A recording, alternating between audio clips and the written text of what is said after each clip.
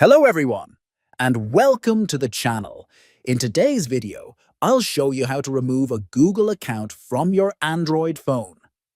If you're looking to switch accounts or need to remove an old one, this guide will walk you through the process step by step. First, unlock your phone and go to the Settings app.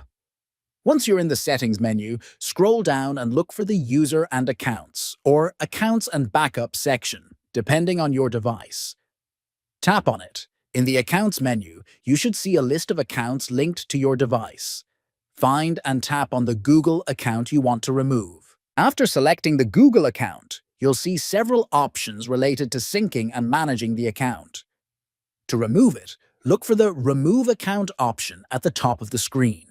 Tap on it. A confirmation message will appear, asking if you're sure you want to remove the account. Confirm by tapping Remove Account again. That's it.